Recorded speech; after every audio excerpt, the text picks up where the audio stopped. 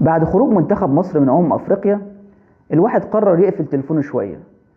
بعدها ب 24 ساعه رجعت فتحت تليفوني، لقيت ريال مدريد اتهزم 3-2 من فريق اسمه البا سيتي. قعدت اقول هو مين البا سيتي ده؟ فريق نيوزيلندي، امريكي، مكسيكي، بيلعب فين ده؟ استوقفني عقلي للحظه شويه. قلت يا عم ده احنا بنلعب في كاس الملك، يعني اكيد فريق اسباني، مش هيكون فريق من المريخ. فقلت يا رب اللي في بالي ما يكونش صح.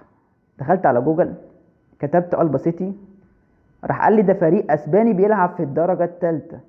هنا كانت الصدمه بجد. اللي هو انت عايزه مننا ايه يا كوره؟ يعني عايزه ايه بجد والله؟ نبطل نتفرج عليها؟ اكسر التليفون؟ امسك الشاشه اخبطها على الارض؟ ما ترحمونا شويه. وانت يا عم اربلوه، اول مباراه ليك تتهزمها ثلاثة، انت عايز ايه؟ ما قلنا يا جماعه احنا عايزين مدرب عنده خبرات، مدرب تقيل. نمشي الونسو نجيب واحد ازفت من الونسو؟ لا بجد والله، هو في ايه؟ يعني الواحد يلاقيها من منتخب مصر ولا من النصر السعودي ولا من الريال؟ قلقاها من مين طيب؟ انتوا عايزين مننا ايه بجد والله؟ هو في ايه؟